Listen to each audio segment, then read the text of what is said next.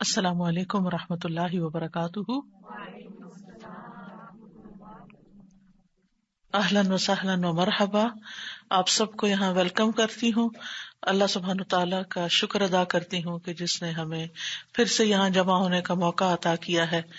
اللہ سبحانہ تعالیٰ ہم سب پر اپنی رحمتیں اور برکتیں نازل فرماتا رہے اور ہمیں کووڈ کے فتنوں اور مشکلات سے بچا کر رکھے آئندہ بھی، تاکہ ہم اس کے راہ میں دوڑ سکیں اور اپنی آزادیوں کو اللہ کی خاطر استعمال کر سکیں اور ہمارا رخ مسجدوں کی طرف ہو۔ الحمدللہ کہ رمضان کی آمد ہے اور اس لیے اللہ کا شکر ادا کرتے ہیں کہ رمضان کے آنے سے پہلے اللہ سبحانہ تعالیٰ نے ہمارے لیے راستے کھول دیے ہیں اکٹھے ہونے کے۔ تو انشاءاللہ مجھے امید ہے کہ اللہ تعالیٰ کی رحمت سے ہم سب رمضان کی برکتوں اور رمضان کے مہینے میں اللہ کی طرف سے آنے والی رحمتوں سے بھرپور فائدہ اٹھائیں گے انشاءاللہ۔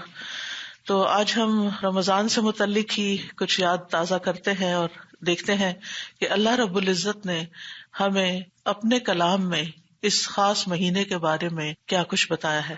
تو آئیے ہم شروع کرتے ہیں آیات الصیام کی تفسیر۔ نحمدہ ونصلی علی رسولہ الکریم، اما بعد فاعوذ باللہ من الشیطان الرجیم، بسم اللہ الرحمن الرحیم، رب اشرح لی صدری ویسر لی امری واحلل عقدۃ من لسانی یفقہوا قولی۔ یا ایہا الذین آمنوا کتب علیکم الصیام کما کتب علی الذین من قبلکم لعلکم تتقون ایاما معدودات، فمن كان منكم مريضا أو على سفر فعدة من أيام أخر، وعلى الذين يطيقونه فدية طعام مسكين، فمن تطوع خيرا فهو خير له، وَأَن تَصُومُوا خَيْرٌ لَكُمْ إِن كُنتُمْ تَعْلَمُونَ۔ اے لوگو جو ایمان لائے ہو، تم پر روزہ رکھنا فرض کیا گیا ہے جس طرح تم سے پہلے لوگوں پر فرض کیا گیا تھا، تاکہ تم متقی بن جاؤ۔ گنتی کے چند دن ہیں، پھر جو کوئی تم میں سے بیمار ہو یا سفر پر ہو تو دوسرے دنوں سے تعداد پوری کر لے، اور جو لوگ مشکل سے روزہ رکھنے کی طاقت رکھتے ہیں وہ ایک مسکین کا کھانا فدیے میں دے دیں۔ بس جو کوئی خوشی سے نیکی کرے تو وہ اسی کے لیے بہتر ہے، اور یہ کہ تم روزہ رکھو یہ تمہارے حق میں بہتر ہے اگر تم علم رکھتے ہو۔ روزہ ایک عبادت ہے اور عبادت بندوں پر اللہ کا حق ہے۔ اللہ سبحانہ تعالیٰ نے ہمیں پیدا کیا، وہی ہمارا خالق، مالک، رازق ہے، اسی کی طرف ہم نے لوٹ کر جانا ہے۔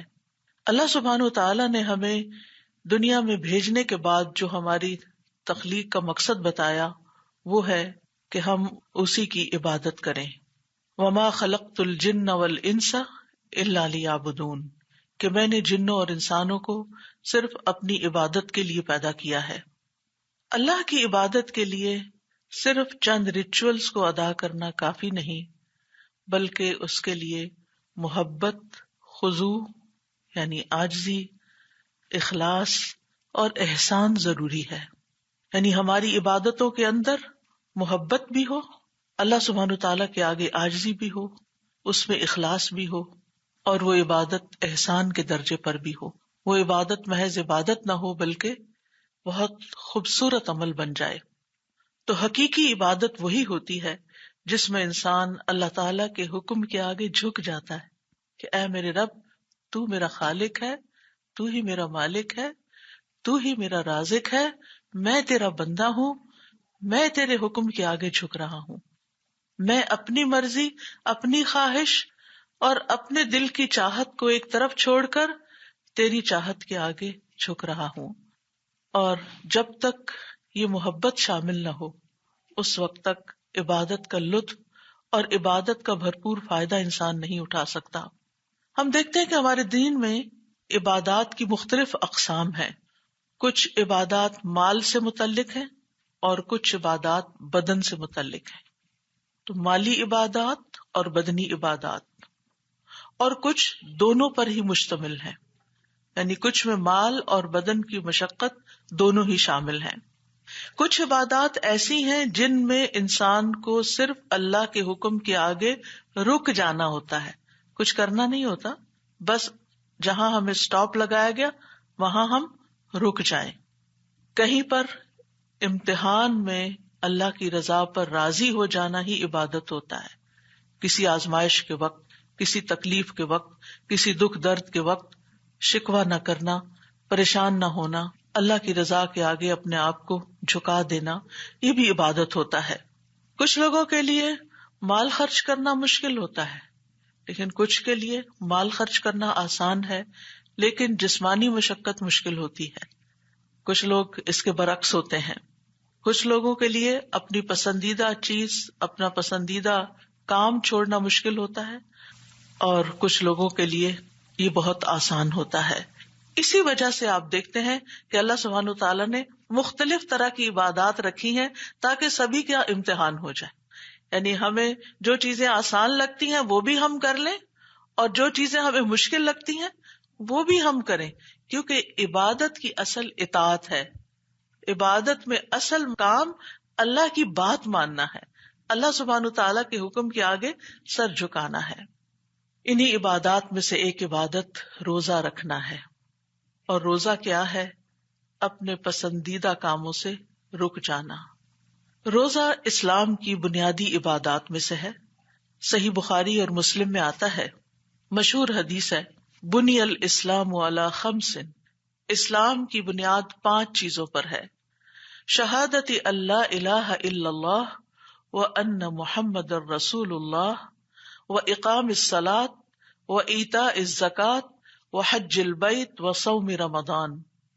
اس بات کی گواہی دینا کہ اللہ کے سوا کوئی معبود نہیں، اور یقیناً محمد صلی اللہ علیہ وسلم اللہ کے رسول ہیں، نماز قائم کرنا، زکوٰۃ ادا کرنا، حج ادا کرنا، اور رمضان کے روزے رکھنا۔ تو رمضان کے روزے، پورے مہینے کے روزے اللہ تعالیٰ نے ہم پر فرض کیے ہیں۔ سورۃ البقرہ میں اللہ سبحانہ تعالیٰ نے اہل ایمان کو بہت سے احکامات دیے ہیں، جن میں سے ایک حکم روزے سے متعلق ہے۔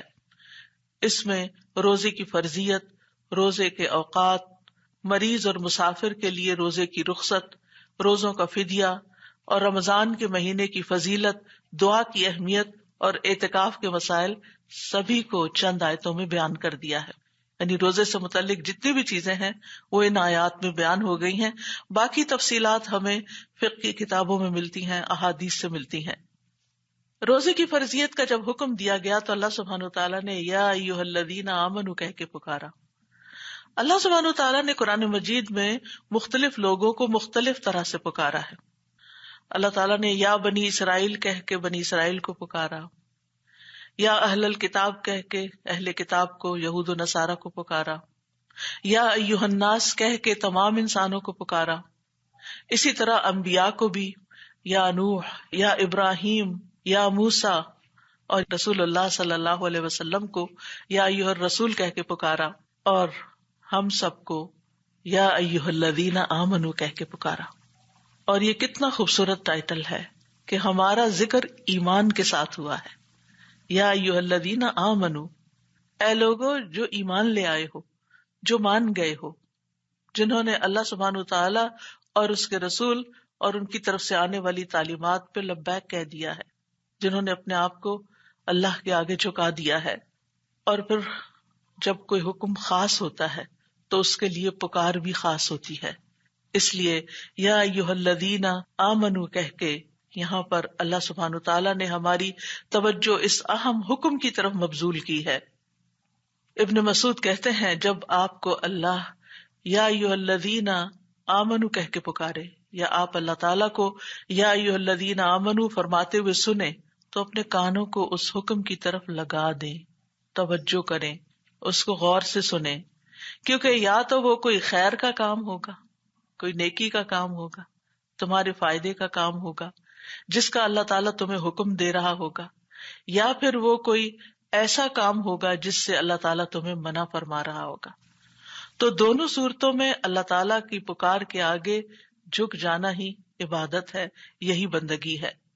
تو یا ایھا الذین آمنوا، اے لوگو جو ایمان لائے ہو، کتب علیکم الصیام، تم پر روزے فرض کر دیے گئے ہیں۔ کتبہ کا معنی ہوتا ہے کتبہ سے لکھ دینا، اور لکھی ہوئی چیز جو ہوتی ہے وہ ایک پکی بات ہوتی ہے۔ ایک ہوتی ہے زبان سے کہی بھی، اور ایک ہوتی ہے زبان سے کہنے کے ساتھ ساتھ لکھ کر کسی کو کچھ دینا۔ تو کتبہ یعنی تمہارے لیے لکھ دیا گیا، مراد ہے تم پر فرض کر دیا گیا، اور فرض کرنے والا کون ہے؟ اللہ رب العزت۔ اللہ سبحانہ تعالیٰ نے تم پر فرض کیا ہے کیا؟ الصیام۔ الصیام جو ہے یہ سامہ یصوم کا مصدر ہے، جیسے قامہ یقوم کا مصدر قیام، تو سامہ یصوم کا مصدر صیام۔ یہ صوم کی جمع نہیں ہے، کیونکہ بہت سے لوگ اس کو مغالطے میں صوم کی جمع سمجھتے ہیں۔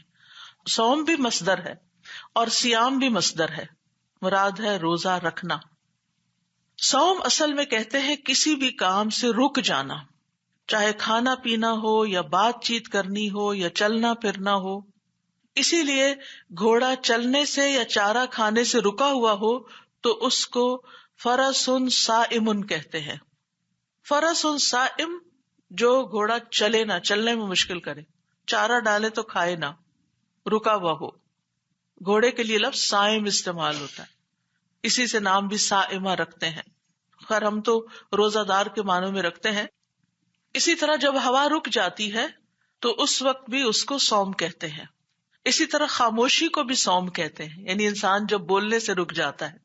اور اسی لیے اللہ سبحانہ تعالیٰ نے مریم علیہ السلام کو یہ حکم دیا تھا کہ جب لوگ تم سے اس بچے کے بارے میں، یعنی عیسیٰ علیہ السلام کے بارے میں سوال کریں کہ بچہ کہاں سے آیا، کیونکہ تم تو شادی شدہ بھی نہیں، تو اس وقت تم کیا کہنا؟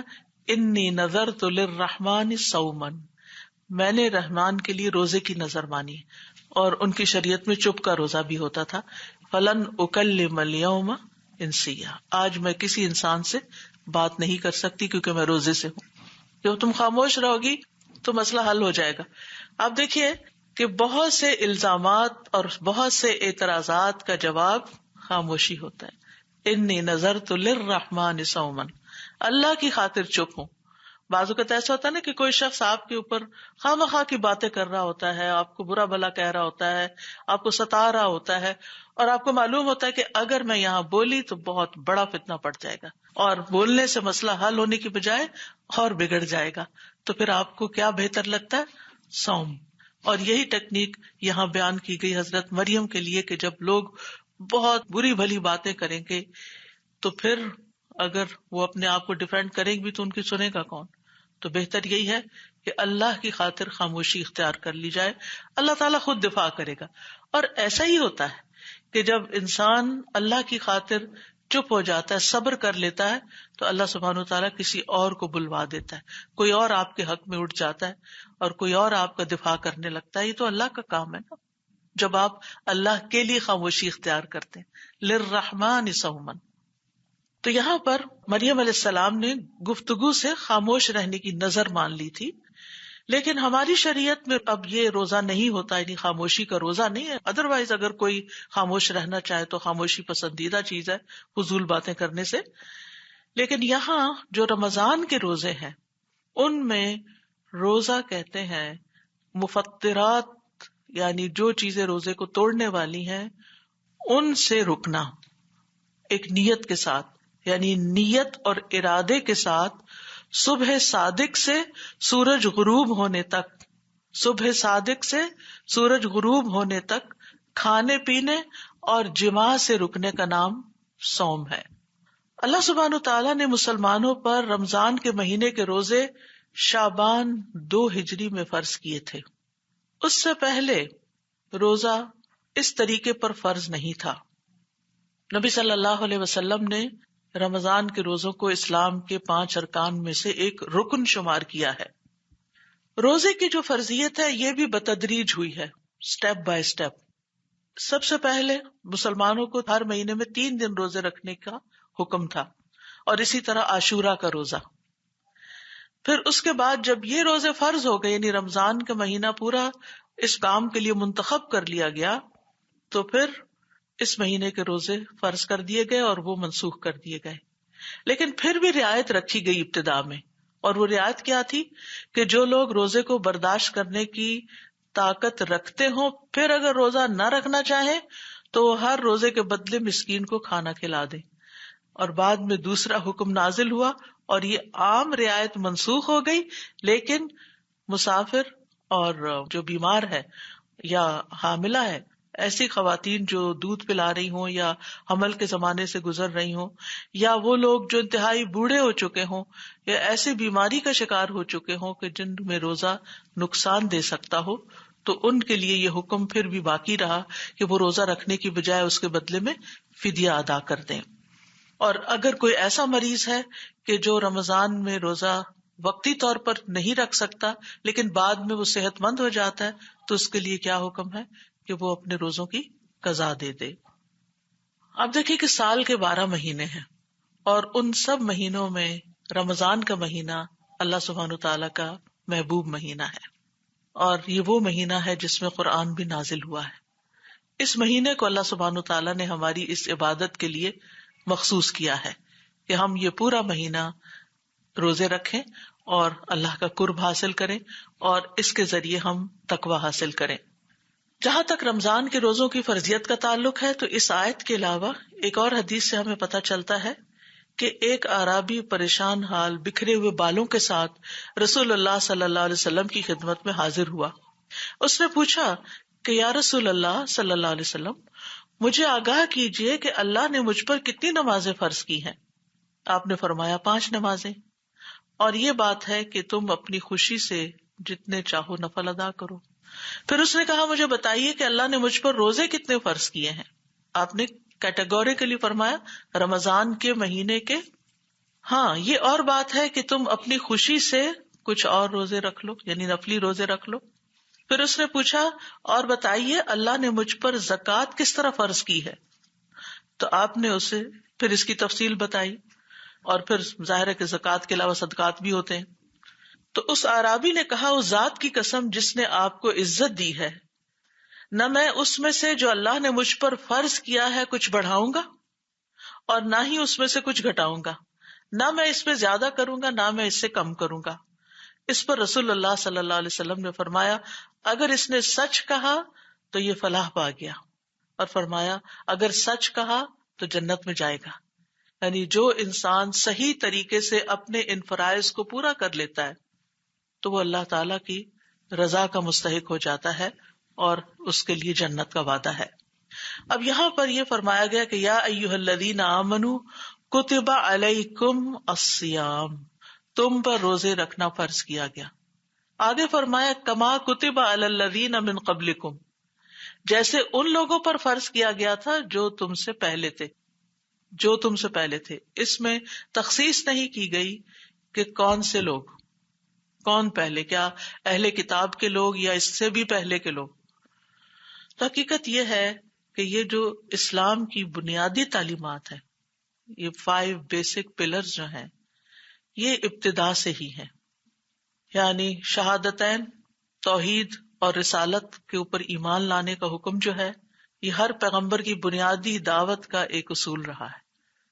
ہر نبی نے آ کر لوگوں کو ایک اللہ کی عبادت کی طرف بلایا، لا الہ الا اللہ، اور پھر رسالت میں جو بھی اس وقت کا رسول ہوتا تھا اس پر ایمان لانا فرض ہوتا تھا. جب دین مکمل ہو گیا اور آخری نبی رسول اللہ صلی اللہ علیہ وسلم تشریف لائے تو پھر لا الہ الا اللہ محمد الرسول اللہ کہہ کے قیامت تک اسلام میں داخل ہونے کا طریقہ بتا دیا گیا. جب تک کوئی یہ دونوں حصے نہیں پڑھتا مسلمان نہیں کہلاتا. اگر کوئی یہ کہے کہ میں لا الہ الا اللہ کہتا ہوں لیکن محمد الرسول اللہ نہیں مانتا تو وہ مسلمان شمار نہیں ہوگا. اگر وہ روزے بھی رکھے نمازیں بھی پڑھے تو اس کی کوئی عبادت قبول نہیں جب تک وہ محمد الرسول اللہ نہ کہے. یہ ایمان لانا ضروری، یہ بنیادی عقائد میں سے ہے. پھر اس کے بعد آپ دیکھیے کہ جہاں تک نماز کا تعلق ہے تو نماز بھی ابتدا سے ہی چلی آ رہی ہے. اور اس میں ہم دیکھتے ہیں کہ حضرت اسماعیل کے بارے میں آتا ہے کان یأمر اہلہ بالصلاۃ والزکوٰۃ، کہ وہ اپنے گھر والوں کو نماز اور زکوٰۃ کا بھی حکم دیتے تھے. تو اس سے یہ پتہ چلتا ہے کہ نماز بھی تھی اور زکوٰۃ بھی تھی. اور ابراہیم علیہ السلام نے جو اللہ سبحانہ تعالیٰ کا گھر تعمیر کیا اور اللہ تعالیٰ نے ان کو حکم دیا کہ وہ اذن فی الناس بالحج، کہ لوگوں کو حج کے لیے بلائیے. تو اس سے یہ پتہ چلتا ہے کہ اس سے پہلے بھی خانہ کعبہ موجود تھا، کیونکہ انہی بنیادوں پر اس کو اٹھایا گیا تھا. اور اس کے بعد باضابطہ حج ہوا، اور تمام انبیاء کے بارے میں آتا ہے کہ وہ اس گھر کی زیارت کرتے رہے. اور مسجد خیف کے بارے میں بھی آتا ہے کہ وہاں بھی بہت سے انبیاء نے نماز ادا کی. تو اس سے پتہ چلتا ہے کہ یہ عبادت صرف ہم پر فرض نہیں ہوئی بلکہ پچھلی امتوں پر بھی فرض رہی ہے، اور یہ بنیادی عبادتوں میں سے بھی ہے.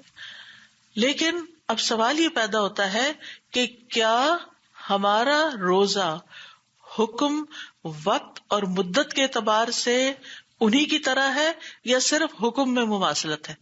تو بات یہ ہے کہ حکم میں مماثلت، یعنی جیسا ان کو حکم دیا گیا تھا کہ روزے رکھو، ایسے ہی ہمیں بھی حکم دیا گیا. باقی جو فقہی تفصیلات ہوتی ہیں، فروعات ہوتی ہیں، وہ ہر شریعت میں اپنی اپنی ہوتی ہیں. ایک حدیث اس بات کی بہت اچھی طرح وضاحت کرتی ہے کہ پچھلی امتوں میں عبادات کے اعتبار سے کیا تعلیمات تھیں. نبی صلی اللہ علیہ وسلم نے فرمایا، مسند احمد کی روایت ہے، یحییٰ علیہ السلام نے بیت المقدس میں بنی اسرائیل کو جمع کیا، حتیٰ کہ جب مسجد بھر گئی تو وہ ایک ٹیلے پر بیٹھ گئے، بس اللہ کی حمد و ثنا بیان کی اور فرمایا، بے شک اللہ عز و جل نے مجھے 5 باتوں کے متعلق حکم دیا ہے کہ میں خود بھی ان پر عمل کروں اور تمہیں بھی ان پر عمل کرنے کا حکم دوں. ان میں سے سب سے پہلی چیز یہ ہے کہ تم صرف اللہ کی عبادت کرو اور اس کے ساتھ کسی کو شریک نہ ٹھہراؤ.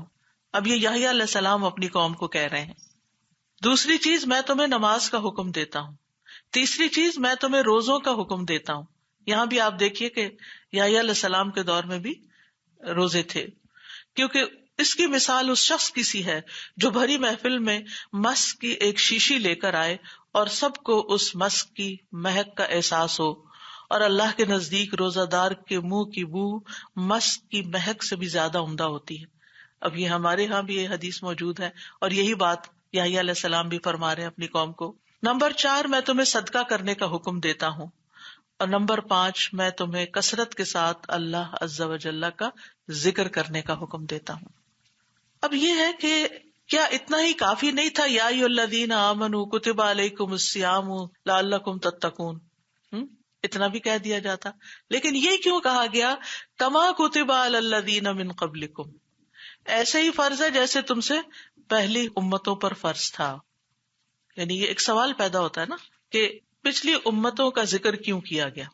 تو بعض علماء کہتے ہیں کہ اس امت کو شوق دلانا مقصود تھا کہ وہ پچھلے لوگ یہ نیکی کرتے رہے، تم پیچھے نہ رہ جانا، تم بھی اس نیکی میں برابر کے شریک ہو. کیونکہ ان شریعتوں اور احکام میں یہ حکم موجود تھا اور یہ ہماری شریعت میں بھی موجود ہے. اور پھر یہ ہے کہ یہ کوئی ایسی چیز نہیں کہ جو بوجھل ہو. یعنی ایک احساس ہوتا ہے نا جب روزے کا سنتا ہے انسان کہ پورا مہینہ دن میں کچھ نہیں کھانا پینا، کیونکہ ہمیں سب سے زیادہ مرغوب چیز جو ہے وہ کھانا پینا ہی ہوتا ہے، اور دن میں کئی بار کھانا.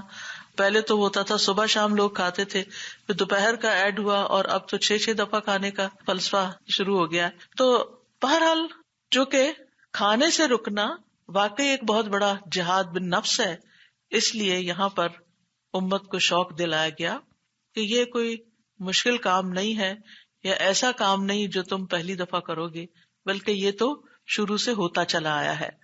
اور اس سے اس عبادت کی اہمیت مقصود ہے. جب بھی کسی کو کہا جاتا ہے کہ تم یہ کام کر لو، تم سے پہلے فلاں اور فلاں اور فلاں بھی یہ کر چکا ہے، تو انسان کے اندر آتا ہے اچھا اوروں نے بھی کیا ہوا ہے تو میں کیوں پیچھے رہوں، مجھے بھی کرنا ہے. یعنی اس سے ایک شوق بڑھتا ہے. اور ویسے بھی یہ ہے کہ ہر امت کے نیک صالح متقی لوگوں کا یہ طریقہ کار رہا ہے کہ وہ تقویٰ کے لیے، اللہ کی عبادت کے لیے روزے کا طریقہ اختیار کرتے رہے. اور پھر روزے کا مقصد بتا دیا گیا کہ روزہ تم پر فرض کیوں کیا جا رہا ہے، لعلکم تتقون، اس لیے تاکہ تم متقی بن جاؤ، تمہارے اندر تقوی پیدا ہو. لعل جو ہے یہاں علت بیان کرنے کے لیے آیا ہے، یعنی روزے کی فرضیت اور حکمت بتائی جا رہی ہے کہ وہ ہے اللہ کا تقوی اختیار کرنا، تقوی کا حصول. اور یہی اس کی شرعی حکمت ہے کہ روزے کے نتیجے میں، یعنی روزے کا آؤٹ کم کیا ہو. یعنی جب انسان کوئی کام کرتا ہے تو پھر اس کا آؤٹ کم بھی دیکھتا ہے کہ مجھے ملے گا کیا. تو آخرت کے فائدے تو ہیں ہی، دنیا کے بھی کچھ فائدے ہیں، اور یہ کہ انسان دنیا میں تقوی کے ساتھ زندگی بسر کرتا ہے. تقوی کیا ہے؟ امام راغب کہتے ہیں تقوی یہ ہے کہ انسان نفس کی حفاظت ایسی چیز سے کرے جو گناہ میں ڈالتی ہے، اور یہ حرام چیز کو چھوڑنے کے ساتھ ہوتا ہے، اور اس کی تکمیل یعنی اس کی کمپلیشن بعض جائز اور مباح کاموں کو چھوڑنے کے ساتھ ہوتی. یعنی ایک ہوتا ہے صرف حرام چیزوں کو، مکروہ چیزوں کو چھوڑ دینا، اور ایک یہ ہے کہ ان چیزوں کو بھی اللہ کی خاطر اللہ کے حکم کے ساتھ چھوڑ دینا جو جائز ہیں، مباح ہیں، حلال ہیں. کھانا پینا حلال ہے، شوہر بیوی کا تعلق حلال ہے، لیکن جس پیریڈ آف ٹائم میں اللہ تعالیٰ نے منع کیا اس سے رک جانا، اس لیے کہ اللہ کی رضا حاصل ہو، یہی تقوی ہے. فیروز آبادی کہتے ہیں تقوی سے مراد ہر اس چیز سے پرہیز کرنا ہے جس میں نقصان ہو، اور وہ ہے نافرمانی اور فضول کام. ایک قول یہ بھی ہے کہ تقوی سے مراد نفس کی لذتوں کو ترک کر دینا ہے، یعنی نفس جن چیزوں سے لذت پاتا ہے، اور یہی دو چیزیں انسان کو لذت دیتی ہیں، تو ان چیزوں کو چھوڑ دینا اور خواہشات کی مخالفت کرنا. چائے پینے کو دل چاہ رہا ہے تو نہیں، چائے نہیں پی سکتے. پانی پینے کو دل چاہ نہیں، پانی نہیں پی سکتے. کوئی میٹھی چیز کھانے کو دل چاہ نہیں، وہ بھی نہیں کھا سکتے. کچھ بھی نہیں کھا سکتے. نو نو نو. تو یہ کیا ہے؟ نفس کی یا خواہش کی مخالفت ہو رہی ہے. اور انسان جتنا بھی مضبوط ہو بہت دفعہ غلطی کرتا ہے نفس کی پھسلن کی وجہ سے، نفس کی کمزوری کی وجہ سے. تو جب آپ نفس کی مسلسل مخالفت کرتے ہیں تو آپ اسٹرانگ ہو جاتے ہیں، نفس کے مقابلے میں آپ کے اندر ہمت آ جاتی ہے. آپ پھر نفس کی بہت سی ایسی خواہشات کو بھی کنٹرول کر جاتے ہیں جو عام طور پر آپ نہیں کر سکتے. یعنی آپ کے مسل بلڈ ہو جاتے ہیں آسان زبان میں. یعنی آپ اس سے اتنی مشقت کا کام لیتے ہیں، اتنا اس کو توڑتے ہیں، اتنا اس کی مخالفت کرتے ہیں کہ پھر وہ کمزور پڑ جاتا ہے، اور بہت سی ایسی چیزیں جو عام طور پر آپ نہیں کر سکتے پھر آپ آسانی سے کر گزرتے ہیں. تو روزے کا مقصد کیا ہے؟ گناہوں سے بچنے کی عادت ڈالنا. اللہ کے حکم سے اگر کھانے پینے سے ہم بچ گئے تو پھر ہمارے لیے آسان ہے کہ ہم گناہوں سے بھی بچیں. لعلکم تتقون، یعنی اللہ تعالیٰ نے روزہ اس لیے فرض نہیں کیا کہ وہ ہمیں کسی مشقت میں ڈالے یا ہم سے کوئی بدلہ لے کسی چیز کا، نہیں، بلکہ ہمیں اپنے آپ پر ضبط اور کنٹرول اور ایک ڈسپلن پیدا کرنے کے لیے اور اس کی عادت ڈالنے کے لیے ہے. اور پھر آپ دیکھیے کہ انسان جب دنیا میں نفس پہ کنٹرول کر لیتا ہے، گناہوں سے بچ جاتا ہے، تو اس کے نتیجے میں اس کو جو ریوارڈ ملتا ہے وہ ہے آخرت کے عذاب سے بچنا. کیونکہ روزہ ایک ڈھال ہے، جہنم سے، آگ سے ایک ڈھال ہے. دنیا میں گناہوں سے بچانے کا ذریعہ ہے اور آخرت میں آگ سے بچانے کا ذریعہ ہے. تو یہاں کا بچاؤ وہاں آگ سے بچنے کے کام آئے گا. پھر اسی طرح اس کے سائیڈ بینیفٹس کیا ہیں کہ انسان کو کچھ بیماریوں سے نجات مل جاتی ہے، اس کا جسم ڈیٹاکس ہو جاتا ہے، کچھ بچاؤ کے علاوہ تحفظ بھی ہو جاتا ہے، امیونٹی بوسٹ کرتی ہے جو بعض اوقات ایسے کھانے سے یا بے وقت کھانے سے یا غلط چیزیں کھانے سے انسان کے اندر طرح طرح کی بیماریاں جنم لیتی ہیں. اسی طرح انسان بد اخلاقیوں سے بچتا ہے، کیونکہ انسان سوچتا ہے کہ میں تو روزے سے ہوں، میں تو ایسی بات نہیں کر سکتا، میں یہ لڑائی جھگڑا نہیں کر سکتا. رسول اللہ صلی اللہ علیہ وسلم نے فرمایا روزہ گناہوں کی ایک ڈھال ہے، اگر کوئی روزے سے ہو تو اسے فحش گوئی نہیں کرنی چاہیے.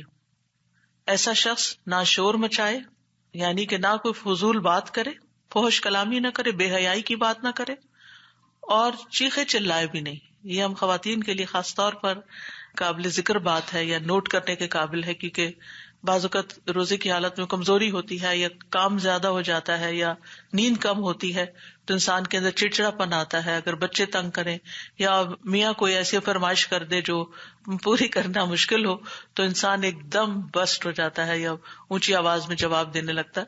تو ایسی صورت میں روزہ جو ہے وہ انسان کو ان چیزوں میں بھی، ان عادتوں میں بھی اس کو کام ڈاؤن کر دیتا ہے کہ ایسا نہیں کرنا، شور نہیں کرنا.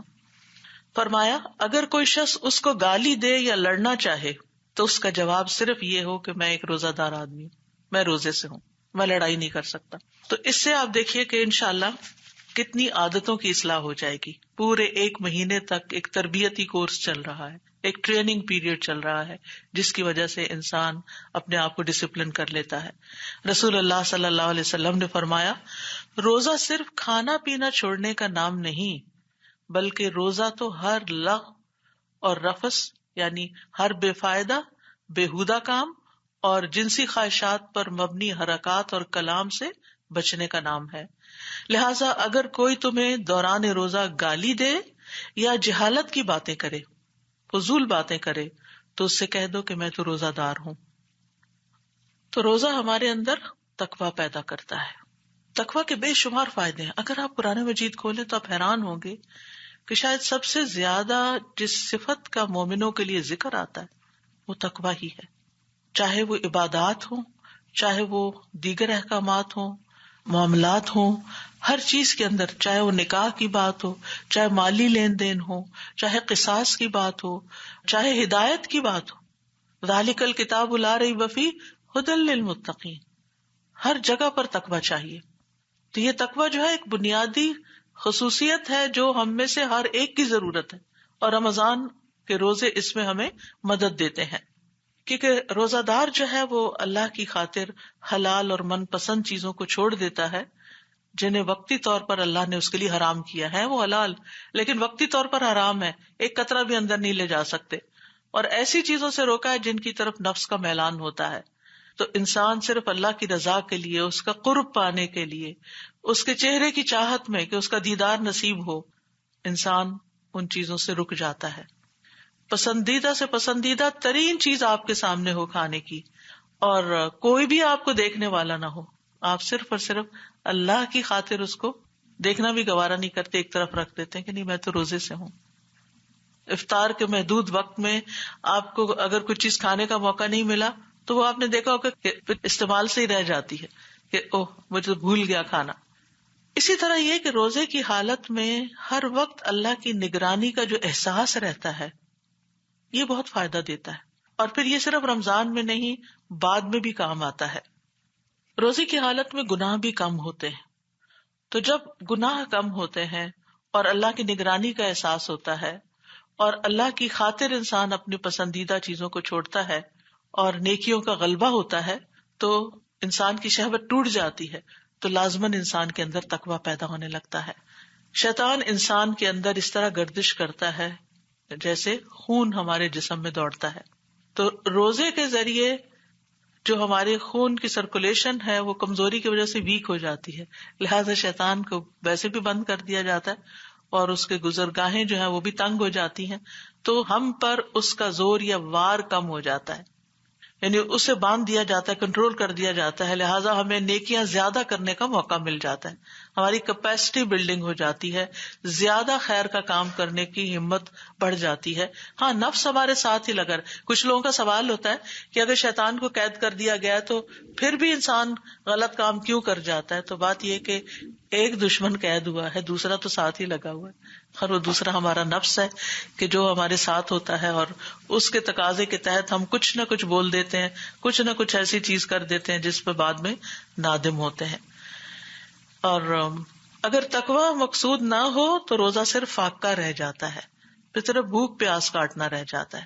اس لیے ایک لفظ کوئی اسٹکی نوٹ خوبصورت سا لے کے اس کے اوپر لکھ کے صرف لفظ تقویٰ لکھ دیں اور اپنے کچن میں لگا لیں جہاں آپ کو لازماً جانا ہی جانا ہے، اور اس کے علاوہ بھی جہاں آپ کی زیادہ نظر پڑتی ہے کہ یہ میرا گول ہے اس مہینے کا، مجھے یہ اچیو کرنا ہے، مجھے اللہ تعالیٰ کی نافرمانی کے کاموں سے بچنا ہے، اپنی بری عادات سے چھٹکارا حاصل کرنا ہے۔ ہم میں سے سب لوگ اپنی اپنی کمزوریوں کو جانتے ہوتے ہیں، اپنی غلطیوں کو پہچانتے ہیں کہ ہم کہاں کہاں غلطی خرابی کر جاتے ہیں۔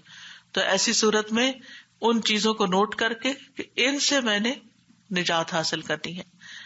اور نبی صلی اللہ علیہ وسلم نے بھی فرمایا، بعض روزے دار کو روزے سے بھوک کے سوا کچھ نہیں ملتا، اور بعض قیام کرنے والوں کو قیام سے بیداری کے سوا کچھ نہیں ملتا، کہ وہ صرف جاگتے ہیں اور کھڑے رہتے ہیں لیکن ان کے مزاج میں کوئی تبدیلی نہیں آتی۔ تو رمضان اصل میں تبدیلی کا مہینہ ہے۔ آپ دیکھیے کہ ہماری ساری عادتوں میں تبدیلی آئے گی، ہمارے سونے جاگنے کے پیٹرن بدلیں گے، ہمارے کھانے پینے کے طریقے بدلیں گے، ہماری نمازیں اور ہمارے صدقہ خیرات اور بہت ساری چیزیں عام روٹین سے ہٹ کر ہوگی، یعنی پوری زندگی ایک طرح سے گھوم جاتی ہے، بدل جاتی ہے۔ اگر اتنی بڑی تبدیلی جو آپ سے کروائی جا رہی ہے اس کے بعد بھی ہم نہ بدلے تو پھر ہم نے کیا حاصل کیا، ہم نے کیا کمایا؟ تو ہم نے اپنے اندر تبدیلی کا عزم پیدا کرنا ہے کہ ہمیں بدلنا ہے، ہم بدلیں گے انشاءاللہ، اور ہم اللہ تعالیٰ سے دعا بھی کریں گے کہ ہم رمضان سے پہلے جس حال میں تھے رمضان کے بعد اس سے کہیں بہتر حال میں ہو، جسمانی صحت کے لحاظ سے بھی، ایمانی صحت کے لحاظ سے، تقوی کے لحاظ سے، اخلاق کے اعتبار سے، اور باقی بھی بہت ساری چیزوں میں۔ تو اس آیت سے ہم دیکھتے ہیں کہ نمبر 1 روزے کی اہمیت اور فضیلت پتہ چلتی ہے، اور احادیث سے بھی ہمیں پتہ چلتا ہے کہ روزہ جو ہے یہ اسلام کی ایک مضبوط رسی ہے، یعنی جس کو انسان پکڑ لے تو اپنے دین میں مضبوط ہو جاتا ہے۔ براء ابن عازب کہتے ہیں، ایک مرتبہ ہم لوگ رسول اللہ صلی اللہ علیہ وسلم کے پاس بیٹھے ہوئے تھے، آپ پوچھنے لگے اسلام کی کون سی رسی سب سے زیادہ مضبوط ہے؟ صحابہ نے عرض کیا نماز، آپ نے فرمایا بہت خوب۔ اس کے بعد کون سی؟ صحابہ نے عرض کیا زکوٰۃ، آپ نے فرمایا بہت خوب۔ اس کے بعد کون سی؟ صحابہ نے عرض کیا رمضان کے مہینے کے روزے، آپ نے فرمایا بہت خوب۔ تو یہ ایک مضبوط رسی ہے اسلام کی جسے ہمیں مضبوطی سے پکڑنا ہے۔ اسی طرح آپ صلی اللہ علیہ وسلم نے فرمایا، اللہ عز و جل اس شخص کو جس کا اسلام میں کوئی حصہ ہو اس کی طرح نہیں کرے گا جس کا کوئی حصہ نہ ہو۔ اور اسلام کا حصہ 3 چیزیں ہیں، نماز، روزہ اور زکوٰۃ۔ حج تو کوئی کرتا ہے نا، لیکن یہ 3 چیزیں، اور ان میں سے بھی پھر بعض لوگ زکوٰۃ نہیں دے پاتے، اسی لیے دونوں کو کمبائن بھی کیا گیا، نماز روزہ کر لو۔ غریب سے غریب شخص بھی یہ 2 کام ضرور کر سکتا ہے۔ ابو امامہ کہتے ہیں کہ رسول اللہ صلی اللہ علیہ وسلم سے پوچھا گیا کون سا عمل افضل ہے؟ آپ نے فرمایا اپنے اوپر روزے کو لازم کر لو، کیونکہ روزے جیسا کوئی عمل نہیں، یعنی اس میں ساری عبادات شامل ہو جاتی ہیں۔ پھر آپ اگر روزہ رکھتے ہیں اور روزہ رکھ کے آپ نماز بھی پڑھتے ہیں، آپ قرآن بھی پڑھتے ہیں، آپ ذکر بھی کرتے ہیں، آپ صدقہ خیرات بھی کرتے ہیں، آپ بہت سی چیزوں سے جن سے روکا گیا ان سے رکتے بھی ہیں، یعنی ایک روزے کے ساتھ اور بہت ساری نیکیاں اس میں اکٹھی ہو جاتی ہیں، شامل ہو جاتی ہیں۔ پھر اسی طرح روزے کو مومن کا قلعہ کہا گیا ہے، یعنی جس طرح فورٹ ہوتا ہے اور اس میں انسان آ جاتا ہے تو محفوظ ہو جاتا ہے۔ فرمایا روزہ ڈھال ہے اور یہ مومن کے قلعوں میں سے ایک قلعہ ہے، یعنی جو اس کی حفاظت کرتا ہے۔ ایک اور حدیث میں آتا ہے مسند احمد کی، آپ نے فرمایا بے شک روزہ تو ایک ڈھال ہے جس کے ذریعے بندہ جہنم سے اپنا بچاؤ کرتا ہے۔ یعنی آپ اگر روزہ رکھے ہوئے ہوں اور کوئی کمزوری محسوس ہو یا تھکاوٹ محسوس ہو یا کسی بھی قسم کی کوئی تکلیف محسوس کریں تو فوراً خیال کریں کہ یہ میرے لیے جہنم سے بچاؤ کا ایک ذریعہ ہے۔ اور جہنم کی آگ آپ کو معلوم ہے کہ انہا لإحدی الکبر، بہت بڑی بلاؤں میں سے ہے جہنم۔ کل میں بچوں کے ساتھ بات کر رہی تھی، بتا رہی تھی کہ جہنم کی ڈیپتھ کتنی ہے، کہ وہ ایک پتھر جو جہنم میں پھینکا گیا 70 سال کے بعد جہنم کی تہہ میں پہنچا۔ ایک پتھر گرتے ہوئے شاید 1 سیکنڈ لگتا ہے اس چھت سے، اگر آپ نیچے گرائیں تو وہ کتنی گہری ہوگی، کتنی گہری ہوگی، اور پھر وہاں سے نکلنا بھی ناممکن۔ تو کتنی ہی چیزیں ایسی ہیں کہ جو نافرمانی کے کام ہے، جو انسان کو اس آگ کی طرف لے جاتے ہیں۔ روزہ جو ہے اس آگ کو بجھانے کا کام دیتا ہے اور اس سے بچاؤ کا کام دیتا ہے، تو اس لیے اس کا یہ فائدہ بھی ہمیشہ ذہن میں رہے۔ پھر اسی طرح روزے کا اجر اللہ کے ذمے ہے، اللہ سبحانہ تعالیٰ نے اس کو خاص امپورٹنس دی ہے کہ ابن آدم کا ہر نیک عمل خود اسی کے لیے ہے سوائے روزے کے، کیونکہ وہ خاص میرے لیے ہے، میں ہی اس کا بدلہ دوں گا۔ ویسے تو ہر چیز کا بدلہ اللہ تعالیٰ ہی دے گا، لیکن جس طرح انسان روزے کی حالت میں ریاکاری سے بچتا ہے اور ایک لانگیسٹ عبادت ہوتی، آپ دیکھیں کہ جب آپ زکوٰۃ دیتے ہیں کچھ تو تھوڑی دیر میں آپ دے کے فارغ، آپ نے نماز پڑھی آدھے گھنٹے میں فارغ، لیکن روزہ تو کئی گھنٹوں پر مشتمل ہوتا ہے، اور پھر یہ کہ مسلسل آپ اس کیفیت سے گزر رہے ہوتے ہیں، تو یہ آپ کے لیے اللہ سبحانہ وتعالیٰ کے ہاں سے خاص انعام اور خاص اجر پانے کا ذریعہ بن جاتا ہے۔ اور اس میں ایک وجہ یہ ہے کہ چونکہ روزہ نفس کی لذات کو توڑتا ہے، نفس کی لذات سے روکتا ہے، تو اس لیے خاص اللہ کے لیے ہو جاتا ہے، یعنی انسان اللہ کی بات مان کر اپنے نفس کی بات کو پیچھے کر دیتا ہے۔ اور پھر یہ ہے کہ یہ ایک راز ہے بندے اور اللہ کے بیچ میں، آپ نے کہیں چھپ کے کچھ کھا پی لیا، کسی کو کیا خبر؟ وہ کہتے ہیں نا حل لک سر، کیا تمہارا کوئی ایسا چھپا ہوا عمل ہے جو صرف تمہیں اور تمہارے رب کو پتا ہو، کسی اور کو پتا نہ ہو؟ تو وہ روزہ ہی ہو سکتا ہے، کیونکہ باقی اعمال تو لوگوں کے سامنے کرنے پڑ جاتے ہیں۔ صدقہ خیرات بھی آپ کسی کو دیں گے تو اس کے ہاتھ میں دیں گے، یا کچھ بھی کریں گے تو دوسرے کو پتا چل جائے گا، یا کوئی اور دیکھ لے گا۔ نماز پڑھیں گے، کہیں بھی چھپ کے پڑھ رہے ہیں، اچانک ہی کوئی اندر داخل ہو جاتا ہے تو پتا چل جاتا ہے دوسرے کو کہ بندہ نماز پڑھ رہا ہے۔ لیکن روزے کا اگر آپ نے خاموشی سے رکھ لیا تو کسی کو بھی نہیں پتا چلے گا، الا یہ کہ کوئی آپ سے پوچھے کہ آپ یہ کھا کیوں نہیں رہے۔ پھر اللہ تعالیٰ نے ایک اور تسلی بھی دی، ایام معدودات، گنے چنے چند دن ہیں۔ مشکل لگ رہا ہے، 30 days ہیں، لیکن گنتے گنتے جلد ختم بھی ہو جائیں گے۔ پہلے روزے سے ہی کاؤنٹ ڈاؤن شروع ہو جاتا ہے اور پتہ ہی نہیں چلتا، اور پھر جب ختم ہوتے ہیں روزے تو پھر دل چاہتا ہے کہ کاش سارا سال ہی روزے رہتے۔ تو کبھی روزوں کے آتے ہوئے آپ کو کوئی گھبراہٹ پریشانی ہو تو جانے والی کیفیت کو یاد کر لیا کرے کہ جاتے ہوئے میری دعا کیا ہوتی ہے اور میری خواہش اور تمنا کیا ہوتی ہے، تو وہ اللہ تعالیٰ مجھے موقع دے رہا ہے، میں شروع سے ہی اس سے فائدہ اٹھاؤں۔ اور معدودات جو ہیں یہ یعنی کہ کئی سال اور مہینے نہیں ہیں، بلکہ یہ ایام معدودات ہیں، چند دن ہیں گنے ہوئے۔ اور اس طرح یہ ہے کہ اللہ تعالیٰ کی حکمت اور اللہ تعالیٰ کی رحمت دونوں ہی یہاں پر اکٹھی ہو گئی ہیں۔ فمن کان منکم مریضا، اب رخصت کا پہلو بھی آ گیا، یعنی پہلے فرضیت کی بات کی گئی، اب کس کس کو چھٹی مل سکتی ہے۔ فمن کان منکم مریضا، تو تم میں سے جو کوئی بیمار ہو، تو پہلی رخصت بیمار کے لیے ہے کہ بیماری کی وجہ سے او علی سفر، یا سفر کی وجہ سے اگر کوئی روزے نہیں رکھ سکتا تو پھر وہ کیا کرے، وہ پھر بعد میں اپنی گنتی پوری کر لے۔ بیماری کون سی بیماری؟ کیونکہ تو ہر شخص کسی نہ کسی بیماری میں مبتلا ہے، آج کے دور میں تو بیماریوں میں بہت اضافہ ہو چکا ہے۔ یہاں مراد وہ بیماری ہے جو روزے کی حالت میں زیادہ بڑھ جائے یا روزے سے اس بیماری کو نقصان پہنچے، یعنی انسان کا نقصان ہو جائے، اس کی جان یا اس کے کسی عضو کے اندر کوئی زیادہ مشکل آ جائے۔ یہ اس لیے میں تھوڑا الیبوریٹ کرنا چاہتی ہوں کہ عام طور پر لوگ بعض اوقات سر درد کو بیماری بنا لیتے ہیں، اور بعض لوگ بڑی سے بڑی بیماری کو بھی بیماری نہیں سمجھتے، روزہ رکھ بیٹھتے ہیں اور پھر بے ہوش ہوتے ہیں۔ تو اس میں اعتدال کا راستہ ضروری ہے، یعنی کرائیٹیریا کیا ہے؟ ایسی بیماری جس کی وجہ سے روزہ رکھنا مشکل ہو، روزہ رکھنا نقصان دہ ہو، یا روزہ رکھنے سے بیماری سے نکلنا مشکل ہو جائے، یعنی ڈیلے ہو جائے، شفا یاب نہ ہو سکے آپ، یا روزہ رکھنے کی وجہ سے ڈاکٹر آپ کا علاج نہ کر سکے۔ یعنی کچھ علاج ایسے ہوتے ہیں، مثلا دانت میں درد ہے اور آپ کو تکلیف بہت زیادہ ہے، ویسے تو اس سے مراد یہ نہیں کہ آپ اپنے دانت صاف کرانے چلے جائیں روزے کی حالت میں، نہیں، اگر کوئی ایسی تکلیف آ گئی ہے کہ اب اس میں کچھ تھوڑا سا سرجیکل ایلیمنٹ بھی شامل ہو گیا ہے یا کچھ اور اس میں آپ کو اندیشہ ہے کہ پانی اندر چلا جائے گا یا آپ روزہ رکھنے سے آپ کو تکلیف بڑھ جائے گی یا نقصان دہ ہو سکتا، تو اس صورت میں روزہ چھوڑا جا سکتا ہے۔ لیکن یہ نہیں کہ تھوڑا بہت، کیونکہ روزے میں سب کے دانت سینسیٹیو ہو جاتے ہیں، یعنی یہ کوئی ان یوزول بات نہیں ہے، یعنی روزے کی ایک علامات میں سے ہے۔ تو ایسی چھوٹی چھوٹی چیزوں میں روزہ نہیں چھوڑا جا سکتا۔ ہاں، اگر کوئی آپ کو ایسی بیماری ہے، مثلاً کوئی انفیکشن شدید ہو گیا ہے جس کو اگر ٹائملی ٹریٹ نہ کیا گیا تو وہ بہت ڈینجرس ہو سکتا ہے، اور اس کے لیے آپ کو ہر 4 گھنٹے کے بعد ڈوز لینی ہے اور آپ چھوڑ نہیں سکتے اس کو، تو ایسی صورت میں روزہ چھوڑ سکتے ہیں آپ۔ لیکن اگر آپ کوئی ایسی دوا لیں جو صبح شام لے کر کام چل جائے، کوئی آلٹرنیٹ موجود ہو، تو اس میں پھر دوسرا اختیار کر لیں۔ پھر دوبارہ دہرائی دیتی ہوں کہ بیماری کون سی؟ جو روزے کی وجہ سے زیادہ ہو جائے، یعنی روزہ رکھنے سے بیماری بڑھ جائے، روزے کی وجہ سے شفا یابی میں تاخیر ہو جائے، شفا ڈیلے ہو جائے، یا روزہ رکھ کے کوئی بیماری پیدا ہو جائے. بعض اوقات یہ ہوتا ہے نا کچھ لوگوں کو ایسا شدید السر ہوتا ہے کہ اگر وہ روزہ رکھ لے تو وہ اور زیادہ بڑھ جائے گا. کئی اور بیماریاں بھی ہو سکتی. لیکن روزے کی تلخی تو ہر شخص کسی نہ کسی درجے میں محسوس کرتا ہی ہے. تو اگر بیماری بڑھے نہیں ہے بیمار لیکن اتنی ہی رہتی ہے، روزہ رکھے یا نہ رکھے ایک ہی حساب ہے، تو روزہ رکھنا بہتر ہے، بلکہ روزہ رکھنا چاہیے.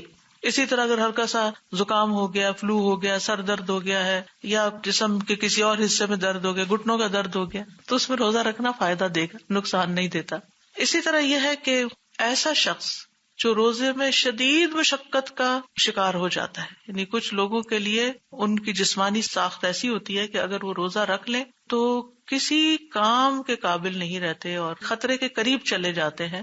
تو ایسی صورت میں یعنی ان کے لیے مستحب ہے اگر وہ روزہ رکھ لیں یہ سوچ کے کہ اگر بہت زیادہ حالت خراب ہو گئی تو میں روزہ پھر کھول لوں گا، یعنی پھر وہ توڑنے میں نہیں آئے گا بلکہ وہ مشروط نیت کے ساتھ ہی روزہ رکھیں گے. تو ایسی صورت میں بھی اگر کوئی شخص سمجھتا ہے کہ مجھے نقصان نہیں ہوتا لیکن میں بہت زیادہ ایگزاسٹ ہو جاتا ہوں تو روزہ رکھنا جو ہے یہ بہتر ہے، کیونکہ لا عدل لہ، روزے جیسی کوئی اور چیز ہے نہیں. لیکن اگر کوئی بیمار ہے اور اس کی بیماری بڑھ گئی تو ایسی صورت میں پھر روزہ رکھنا حرام بھی ہے، یعنی اپنے آپ کو نقصان دینے کی ہمیں اجازت نہیں ہے. پھر بوڑھے شخص کے لیے بھی رخصت ہے، لیکن سب بوڑھے ایک جیسے نہیں ہوتے. کچھ لوگ اچھی خاصی ایج کے ہوتے ہیں لیکن روزہ ان کو کچھ بھی نہیں کہتا. میری والدہ محترمہ ماشاءاللہ 78 ایئرس کی تھی جب وہ فوت ہوئی، اور جس ہفتے میں وہ فوت ہوئی اس ہفتے انہوں نے ایام 20 کے روزے اس شک میں تھی کہ پتہ نہیں داخل ہو گئے یا نہیں، ایک دن پہلے سے ہی رکھ لیا.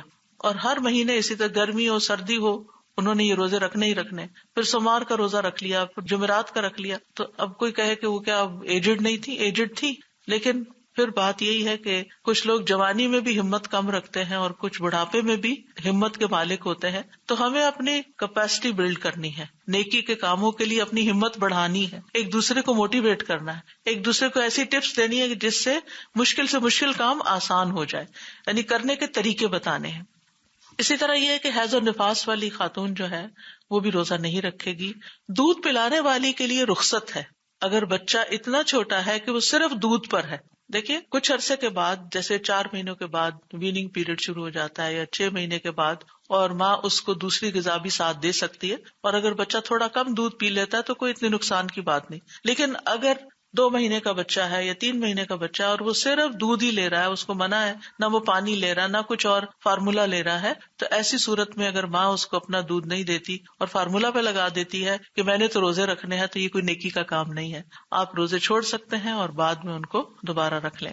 او علی سفر، یا آپ سفر کر رہے ہیں، اور سفر بھی ضروری سفر، یہ نہیں کہ انسان رمضان میں ہالیڈیز کا پروگرام بنا لے اور خواہ مخواہ کا سفر اختیار کر لے، یہ نہیں ہونا چاہیے. بلکہ ضرورت کے تحت اگر سفر کر رہے ہیں، مثلاً آپ عمرے پہ جا رہے ہیں یا کسی کی فوتگی ہو گئی ہے تو آپ کو جانا ضروری ہے. آپ یعنی ایسے طریقے سے کہ جس میں روزے کا رکھنا جو ہے وہ ناممکن ہے، کہ آپ کی سحری افطاری کا کوئی انتظام نہیں ہے، سفر لمبا. آج کل تو پھر سفر مختصر ہو گئے ہیں، لیکن اب بھی یہ کہ بعض اوقات فلائٹس بہت لمبی لمبی ہوتی ہیں. اگر آپ کو یہاں سے ڈائریکٹ آسٹریلیا جانا ہو تو آپ کو 20-22 گھنٹے کی فلائٹ چاہیے، تو اس میں ڈی ہائیڈریشن ہو جاتی ہے. تو بعض لوگ تو برداشت کر جاتے ہیں لیکن بعض لوگ برداشت نہیں کر سکتے. تو ہر کوئی اپنے حساب سے دیکھ سکتا ہے. یعنی سفر میں آپ اپنی کیپیسٹی دیکھیں، رکھ سکتے ہیں تو بہت اچھا ہے، اور اگر نہیں رکھ سکتے تو کوئی حرج نہیں ہے، بعد میں اس کو پورا کر لیں. یعنی روزہ رکھنا افضل ہے کب؟ جب روزہ رکھ کے کوئی مشقت نہ ہو، چاہے آپ سفر کر رہے ہیں. اور اگر ایسی مشقت نہیں کہ جو مقیم کو ہوتی ہے، جیسے گھر میں مشقت ہو رہی ہے روزہ رکھ کے، ایسے ہی سفر میں ہے، تو پھر روزہ رکھنا ہی بہتر ہے. لیکن اگر کوئی چھوڑنا چاہتا ہے پھر بھی تو سفر کی وجہ سے چھوڑ بھی سکتا ہے. نبی صلی اللہ علیہ وسلم سفر میں روزہ رکھا کرتے تھے، اور اس میں ہم دیکھتے ہیں کہ ابو درداء کہتے ہیں ہم نبی صلی اللہ علیہ وسلم کے ساتھ ایک انتہائی گم دن میں سفر کر رہے تھے. کوئی ہوا نہیں چل رہی تھی، اور وہ گم سا دن ہوتا ہے نا جس میں نہ دھوپ صحیح نکلتی ہے اور نہ ہی ٹھنڈک ہوتی ہے. تو گرمی کی سختی سے لوگ اپنے سروں پہ ہاتھ رکھے ہوئے تھے. نبی صلی اللہ علیہ وسلم اور ابن رواحہ کے سوا کوئی شخص روزے سے نہیں تھا، لیکن آپ نے اس وقت بھی روزہ رکھا ہوا تھا. جس سے کیا پتا چلتا ہے کہ اگر بڑی مشقت نہ ہو تو روزہ رکھ لینا چاہیے، اور یہاں تو آپ نے مشقت کے باوجود رکھا ہوا تھا. کیونکہ روزہ رکھنے سے ذمہ داری جلدی ادا ہو جاتی، بعد میں رکھنا اور زیادہ مشکل ہو جاتا ہے، قضا رکھنا جو ہوتا ہے. اور پھر اسی طرح افضل اس وقت ہے، یعنی روزہ چھوڑنا افضل اس وقت ہے کہ جب پرمشقت سفر ہو، مشکل سفر ہو۔ رسول اللہ صلی اللہ علیہ وسلم ایک سفر میں تھے، آپ نے ایک ہجوم دیکھا، لوگوں کی بھیڑ ہے کہ ایک شخص پہ لوگوں نے سایہ کیا ہوا ہے۔ آپ نے پوچھا کیا بات ہے؟ لوگوں نے کہا ایک روزہ دار ہے یہاں۔ آپ نے فرمایا سفر میں روزہ رکھنا نیکی نہیں ہے۔ تو آپ صلی اللہ علیہ وسلم نے سفر میں روزہ رکھنے کو نیکی شمار نہیں کیا، کیونکہ بعض اوقات ایسا ہوتا ہے کہ کافی مشقت ہوتی ہے اور ہم دوسروں کے اوپر بوجھ بن رہے ہوتے ہیں، لیکن ہم سوچتے نہیں ہم روزہ رکھیں گے، تو روزہ رکھ کے دوسروں کو مشکل میں ڈال دینا یہ کوئی نیکی کا کام نہیں ہے۔ ایسے میں جو لوگ روزہ نہ رکھیں اور دوسروں کی خدمت میں لگے رہیں وہ افضل ہے بنسبت اس کے کہ جو روزہ رکھ کے بس بیٹھے رہیں۔ اور سفر کی کچھ حالتیں ایسی ہیں کہ جن میں روزہ چھوڑنا ہی فرض ہے، آپ کو چھوڑنا ہی چاہیے۔ رسول اللہ صلی اللہ علیہ وسلم فتح مکہ کے سال مکہ کی طرف روانہ ہوئے، آپ نے روزہ رکھا یہاں تک کہ قراء الغمیم جگہ پر آپ پہنچے تو آپ کے ساتھ اور لوگوں نے بھی روزہ رکھا ہوا تھا۔ آپ سے کہا گیا کہ لوگوں پر روزہ بہت بھاری ہو گیا ہے، مشکل میں پڑ گئے اور وہ آپ کے فعل کے منتظر ہیں کہ آپ کیا کرتے ہیں۔ تو آپ نے عصر کے بعد، دیکھیے تھوڑا سا ٹائم رہ گیا تھا، عصر کے بعد پانی کا پیالہ منگوایا اور پی لیا لوگوں کے سامنے۔ لوگ دیکھ رہے تھے، بعض نے افطار کر لیا، بعض نے نہیں کیا، بعض نے ہم جیسے نے سوچا ہوگا کہ اب تھوڑا تو ٹائم ہے، سارا دن کاٹ لیا تو یہ بھی پورا کر لو۔ جب یہ خبر رسول اللہ صلی اللہ علیہ وسلم کو پہنچی کہ کچھ لوگوں نے پھر بھی روزہ نہیں چھوڑا، یعنی کھولا نہیں، تو آپ نے فرمایا یہ لوگ نافرمان ہیں، یعنی نبی صلی اللہ علیہ وسلم نے اگر کھولیا تو آپ ان سے زیادہ نیک تو نہیں ہو سکتے۔ تو کسی حرام کام کو کرنا یا فرض کام کو چھوڑ دینا یہ نافرمانی ہوتی ہے۔ اور یہاں پر نبی صلی اللہ علیہ وسلم نے ایک کام یعنی روزہ کھولا تھا تو چاہیے تھا کہ سب دیکھ کر ویسا ہی عمل کر لیتے۔ اب یہ ہے کہ اگر کوئی بیمار ہے یا مسافر ہے تو پھر کیا کرے؟ فعدۃ من ایام اخر، دوسرے دنوں سے گنتی پوری کر لے، یعنی قضا رکھنا ضروری ہے سوائے ان بیماروں کے جو دائمی مریض ہوں، کبھی ٹھیک ہی نہ ہو، پھر وہ فدیہ دیں گے۔ تو اب یہ ہے کہ جتنے دن آپ کا روزہ چھوٹے گا، جیسے پیریڈز والی خواتین ہیں یا کوئی وقتی بیماری آ گئی ہے، کوئی سفر آ گیا ہے، 2 دن روزہ چھوڑ دیا آپ نے، تو جو ہی رمضان ختم ہو جائے تو اس وقت آپ روزہ رکھ کر اپنی گنتی پوری کریں۔ اور دائمی بیمار جو ہیں وہ قضا کی بجائے رمضان میں ہی فدیہ دے دیں۔ پھر اسی طرح حائضہ عورت جو ہے وہ روزہ تو قضا کرے گی لیکن نماز کی قضا نہیں ہوگی، یعنی اس کی جو نمازیں چھوٹتی ہیں وہ نہیں۔ اور یہ بھی یاد رکھیے کہ اگلے سال کے روزوں کے آنے سے پہلے پچھلے روزے پورے کر لینے چاہیے، الا یہ کہ بہت زیادہ چھوٹے میں ہوں۔ ابو سلمہ کہتی ہیں میں نے عائشہ رضی اللہ تعالیٰ عنہ کو فرماتے ہوئے سنا کہ مجھ پر رمضان کے فوت شدہ روزے ہوتے تھے اور میں شعبان کے مہینے کے علاوہ قضا نہیں کر سکتی تھی۔ یحییٰ کہتے ہیں جو راوی ہیں کہ نبی صلی اللہ علیہ وسلم کی خدمت میں مشغول ہونے کی وجہ سے انہیں قضا کا وقت نہیں ملتا تھا۔ پھر فرمایا وَعَلَى الَّذِينَ يُطِيقُونَهُ فِدْيَةٌ طَعَامُ مِسْكِينٍ، اور وہ لوگ جو اس کی طاقت رکھتے ہوں وہ ایک مسکین کے کھانے کا فدیہ دے دیں۔ یہ جو آیت ہے اس کے 2 معنی کیے گئے، ٹھیک ہے۔ ایک یہ کہ یہ آیت منسوخ ہو چکی ہے کیونکہ بعد میں دوسرا حکم آگے آ گیا کہ اب فدیہ نہیں، اب روزہ ہی رکھنا ہوگا۔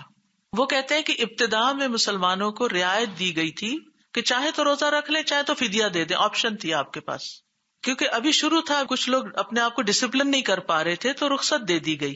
لیکن بعد میں جو اگلی آیت میں آتا ہے فَمَن شَهِدَ مِنْكُمُ الشَّهْرَ فَلْيَصُمْهُ، کہ جو تم میں سے یہ مہینہ پائے اسے چاہیے کہ لازمی روزہ رکھے۔ تو اب یہ رخصت ختم ہو گئی فدیہ دینے والی، اور اکثر علماء نے یہی تفسیر کی ہے۔ سلمہ بن اکوع کہتے ہیں جب یہ آیت نازل ہوئی وَعَلَى الَّذِينَ يُطِيقُونَهُ، اور جو لوگ روزہ رکھنے کی طاقت رکھتے ہوں وہ روزے کے بدلے میں ایک مسکین کو کھانا کھلا دیں، جس آدمی کا روزہ چھوڑنے کا ارادہ ہوتا وہ فدیہ دے دیتا، یہاں تک کہ اس کے بعد والی آیت نازل ہوئی جس نے اس حکم کو منسوخ کر دیا۔ تو یہ ایک صحابی کا قول ہے، ٹھیک ہے۔ دوسرا معنی وَعَلَى الَّذِينَ يُطِيقُونَهُ، جو لوگ روزہ رکھنے کی طاقت نہ رکھتے ہوں۔ اب یہ نہ کدھر ہے؟ یہ باب افعال ہے، تھوڑا سا گرامیٹیکل ہے، اس میں باب افعال ہے، اور باب افعال میں جو حمزہ ہوتا ہے وہ سلب کے لیے بھی آتا ہے، اطاق یطیق۔ باب افعال میں الف کا اضافہ ویسے تو تھا طاق یطیق، ٹھیک، تو یہ ہے اطاق یطیق۔ تو اطاق کا مطلب کیا ہے؟ جو روزہ نہ رکھ سکتا ہو، یعنی عربی زبان میں جب بیسک یا بنیادی حروف کے اندر کوئی حرف ایڈ ہو جاتا ہے تو معنی میں بھی تھوڑا فرق پڑ جاتا ہے، روٹ وہی ہوتا ہے لیکن حروف کی کمی بیشی سے معنی کے اندر بھی کمی بیشی ہو جاتی ہے.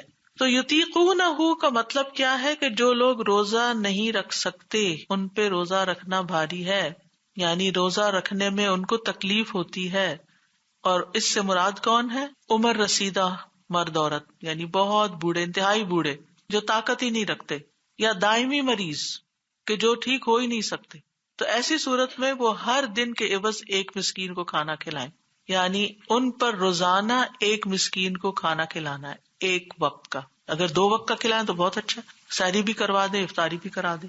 لیکن اگر 2 نہیں کر سکتے تو ایک وقت کا کھانا جیسا وہ خود کھاتے ہیں اسی طرح کا کھانا وہ دے دیں. پھر اسی طرح اس کا یہ مطلب نہیں کہ پورے مہینے کے بدلے ایک وقت کا کھانا دے، اس کا مطلب ہے کہ ہر روزے کے بدلے ایک کھانا دینا ہوگا. اور یہاں پر بتا دیا گیا کہ فدیہ دینا کس کو ہے. فدیہ تو طعام مسکین، مسکین کو دینا ہے. مسکین وہ ہوتا ہے جس کی بنیادی ضروریات پوری نہ ہوتی ہوں، جس کے پاس اتنا مال نہیں کہ وہ اس کی 1 سال کی ضروریات پوری کر دے. اس کو قرضہ لینا پڑتا ہے، اس کو کوئی مشکل پڑ جاتی ہے، فاقہ آ جاتا ہے. ایک شخص تھا، سال کے شروع میں مسکین نہیں تھا، بیچ میں بیماری آئی، اس کا اتنا خرچ ہو گیا کہ اب وہ محتاجوں کی صف میں شامل ہو گیا، تو وہ مسکین ہو گیا. تو بنیادی ضروریات کیا ہے؟ کھانا پینا، لباس، چھت، ٹھیک ہے، یہ بنیادی ضروریات میں سے. ہوم لیس لوگ مسکین ہیں. اسی طرح جن کے پاس کھانے کو نہیں وہ مسکین ہے، اور جن کے پاس کپڑے پراپر نہیں ہے وہ مسکین ہے. یعنی مسکین جو ہے وہ ضرورت مند کو کہتے ہیں. ہاں، فقیر اور مسکین میں تھوڑا سا فرق ہے، یہ یاد رکھیے. فقیر وہ ہے جس کے پاس کچھ بھی نہیں ہے، خالی ہاتھ ہے. جیسے وہ بخاری کی ایک حدیث میں آتا نا، ایک شخص نے کہا کہ میرا نکاح پھر اس عورت سے کر دیجیے جو عورت اپنے آپ کو ہبہ کرنے کے لیے آئی تھی، تو آپ نے نہیں کرنا چاہیے اس سے شادی. تو ایک اور آدمی تھا وہاں مجلس میں، اس نے کہا میری شادی کر. آپ نے فرمایا تمہارے پاس مہر میں دینے کے لیے کیا؟ اس نے کہا کچھ بھی نہیں. آپ نے فرمایا کوئی لوہے کی انگوٹھی کا؟ وہ بھی نہیں ہے. اس نے کہا ایک کپڑا ہے میرے پاس. ان کا کہ کپڑے کا کیا کرو گے؟ یہ تم اوڑو گے یا اس کو دو گے؟ تو یہ تو مہر نہیں ہو سکتا. تو اس زمانے میں اور آج بھی آپ دیکھیں مختلف جگہوں پر ایسے لوگ موجود ہوتے ہیں جو اپنی بنیادی ضروریات پوری نہیں کر سکتے. پھر آپ دیکھیے کہ کچھ لوگ کچھ عرصہ پہلے، کووڈ سے پہلے تک اپنا گزارا کر لیتے تھے، لیکن مہنگائی کی شدت نے جو پوری دنیا کو اپنی لپیٹ میں لیا ہے، اس کی وجہ سے بیک ہوم بھی، یہاں بھی ایسے لوگ یعنی مشکل میں آ گئے ہیں کہ وہ اپنی بنیادی گروسری بھی نہیں کر سکتے. تو اگر آپ ان کو جانتے ہو تو اگر آپ نے پورے مہینے روزے نہیں رکھنے تو رمضان کے شروع میں ہی آپ روزانہ کا حساب کر کے ان کو یا راشن دے دیں اور یا اس کے بدلے میں یعنی پیسے بھی دے سکتے ہیں تاکہ وہ اپنا کھانے پینے کا انتظام کر لیں. اور پھر یہ کھانا معروف کے مطابق ہو، جو ایک ایوریج درجے کا آپ اپنے لیے کھاتے پکاتے ہیں. یعنی دوپہر کا کھانا جیسے ہوتا ہے یا رات کا کھانا جو ہوتا ہے، یعنی اس کو باقاعدہ کھانا کہتے ہیں. انس بن مالک رضی اللہ تعالیٰ عنہ جن کی عمر 100 سال سے زیادہ ہو گئی تھی، وہ جو بہت عمر رسیدہ ہو گئے تو وہ اپنے روزے کے بدلے میں سالن روٹی کھلا دیا کرتے تھے کسی مسکین کو. اب ان کا سیٹ اپ اس طرح کا تھا کہ یعنی آبادیاں کم تھی، لوگ سب کو جانتے ہوتے تھے کون مسکین ہے، کون امیر ہے، کون غریب ہے، کون کیسا ہے. اس وقت مساکین کو بازو کا تلاش کرنا یا ان تک چیز پہنچانا بھی ایک مسئلہ ہو گیا. تو ایسی صورت میں انسان کو پھر ذرا تحقیق کرنے کی ضرورت ہے. فمن تطوع خیرا فہو خیر لہ، تو جو خوشی سے کوئی نیکی کرے تو وہ اس کے لیے زیادہ بہتر ہے. اللہ تعالیٰ اپنے بندوں کو ترغیب دے رہا ہے کہ نیکی کے اعمال کو زیادہ سے زیادہ کریں، یعنی کسی کے جبر اور زبردستی کے بغیر خوشی سے کام کریں. یعنی کوئی آپ کو مجبور کرنے والا نہ ہو، آپ اپنے دل کی خوشی سے نیکی کریں. یعنی ایک تو اسی آیت کے پچھلے حصے کے ساتھ تعلق ہے کہ 1 سے زیادہ مسکینوں کو کھلا دیں، اور دوسرا یہ ہے کہ روزہ بھی رکھیں بعد میں، اور ابھی اگر آپ کو چھوڑنے پڑ رہے ہیں تو ساتھ ساتھ مسکین کو کھانا بھی کھلا دیں. کہ نہیں پتا زندگی کا پتہ نہیں کیا ہوتا ہے، تو ابھی ساتھ ہی یعنی سرجری کی ڈیٹ مل گئی آپ کو رمضان میں، اب آپ کو روزہ چھوڑنا پڑ رہا ہے اور آپ کو یہ بھی خوف خطرہ ہوتا ہی ہے سب کو. تو ویسے تو ہر انسان کو ہر وقت ہی تیار رہنا چاہیے، زندگی کا نہیں پتا، تو انسان کو یہ ہوتا ہے کہ چلے فدیہ بھی ساتھ ہی دے دوں. وَأَن تَصُومُوا خَيْرٌ لَكُمْ، اور یہ کہ تم روزے رکھو تمہارے حق میں بہتر ہے. ان کنتم تعلمون، اگر تم علم رکھتے ہو، اگر تم جانتے ہو. یعنی فرض روزہ رکھو یا نفلی روزے رکھو، سال میں روزہ رکھنا تمہارے حق میں بہتر ہے اگر تمہیں علم. تو علم والے جو ہیں وہ روزوں کی آمد سے خوش ہوتے ہیں کہ ہمیں نیکی کمانے کا موقع مل رہا ہے. تو روزہ جو ہے اللہ تعالیٰ کی نعمتوں کے شکر کا ذریعہ ہے کہ جب نعمت سے ہم اپنا ہاتھ روکتے ہیں تو نعمتوں کی قدر بھی آتی ہے. اپنے نفس کو قابو میں رکھنے کا ذریعہ ہے، اپنی خواہشات اور لذات کو کنٹرول کرنے کا ذریعہ ہے۔ روزے سے شیطان کی طاقت کمزور ہوتی ہے، روزے سے جسمانی صحت اچھی ہوتی ہے، روزے سے فقراء اور مساکین کی بھوک کا احساس ہوتا ہے۔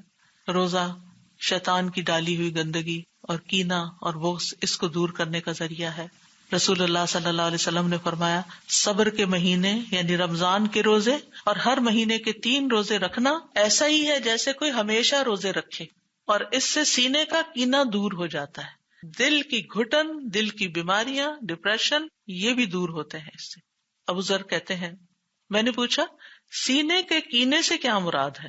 فرمایا شیطانی گندگی، شیطان جو ہمارے دل پہ وسوسے ڈالتا ہے اور ہمیں پریشان رکھتا ہے اور ہمیں ڈی موٹیویٹ کرتا ہے اور بے چین رکھتا ہے، تو یہ روزے، رمضان کے روزے رکھنے کے بعد ہر مہینے کے 3 روزے اس تکلیف کو دور کر دیتے ہیں۔ دنیاوی فائدوں کے علاوہ آخرت کے فائدے بھی ہیں۔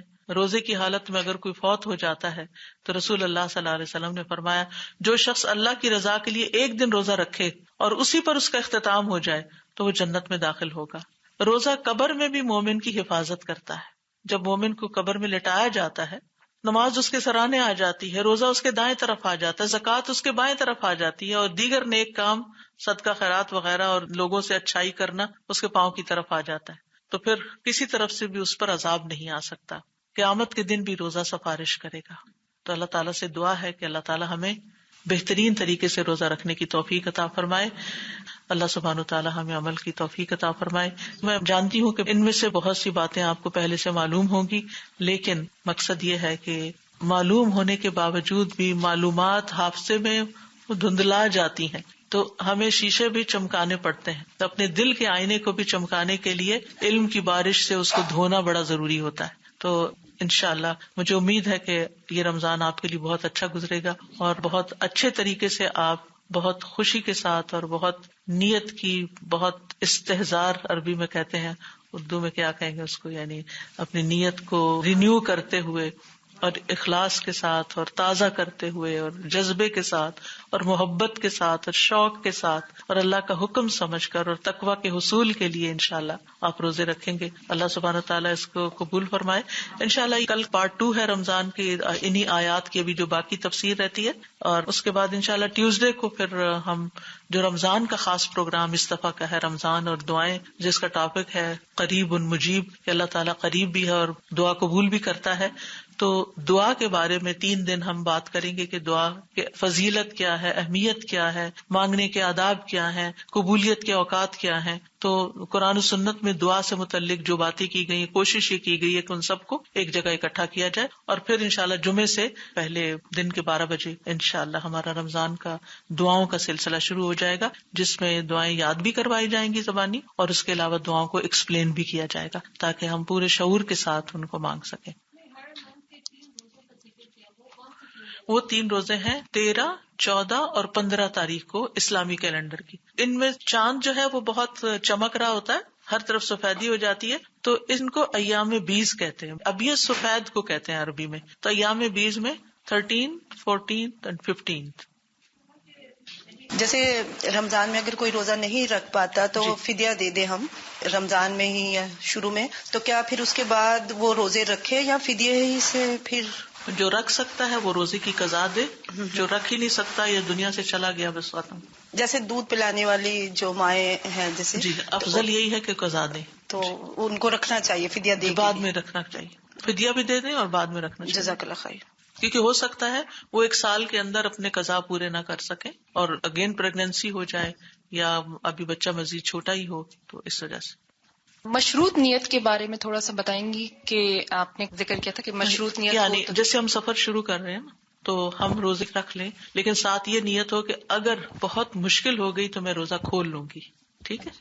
اسی طرح بیماری میں بھی جیسے بخار بہت ہو اور جی ہاں، ایسے اب رکھ لیں اور پھر جی ہاں رکھ لیں کہ میں پورا کروں گی، لیکن اگر میرے لیے مشکل ہو گیا تو پھر میں کھول لوں گی۔ پھر یہ روزہ توڑنے والی بات نہیں ہوتی، بلکہ پہلے سے نیت ہی یہی ہے۔ اسی طرح جیسے حج یا عمرہ کرتے ہیں تو آپ کو نہیں پتا کہ آپ کو اندر جانے دیں گے یا نہیں، اور آپ احرام کی حالت میں ہیں، تو ایک یہ ہے کہ آپ نے احرام پہنا اور نیت کی کہ میں جا رہی ہوں عمرے پر، لیکن آگے انہوں نے آپ کو اندر نہیں جانے دیا، کوئی وجہ ہوئی، کیونکہ ابھی ریسنٹلی میں نے سنا کہ کچھ پیسنجرز کو آف لوڈ کیا گیا کہ ویکسین نہیں تھی پوری، یا اس طرح کی چیزیں ہو جاتی.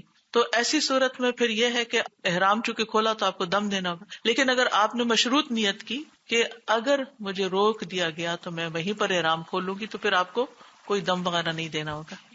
ہم کو نہیں معلوم کہ پچھلی ہماری لائف میں کوئی روزہ قضا رہا ہو تو کیا وہ قضا میں شمار ہوگا اور ہمارے توڑنے پر اس کو کفارہ دینا پڑے گا، یا پھر قضا تو صرف اس وقت ہوگا جب آپ قضا کی نیت کریں گے کہ میں یہ قضا روزہ رکھ رہی ہوں. لیکن اگر آپ نے صرف نفلی روزے کی نیت کی ہوئی ہے اور آپ کہیں پر گئے ہیں اور کسی نے آپ کو آفر کیا ہے کہ آپ ہمارے ساتھ کھانے میں شریک ہوں، تو آپ روزہ کھول سکتے ہیں، اسے نفلی روزہ اس طرح کھول سکتے ہیں. کیونکہ نفل روزہ جب ہم رکھتے ہیں تو یہ سنا ہے کہ پچھلے اگر ہمارے قضا ہو تو وہ خود بخود اس کے خود زمرے بخود میں نہیں ہوتا، نیت کرنی پڑتی. نیت کرنی جی ہاں. اوکے، یعنی پہلے شروع میں نے بات کی تھی کہ روزے کے لیے نیت کا ہونا ضروری ہے.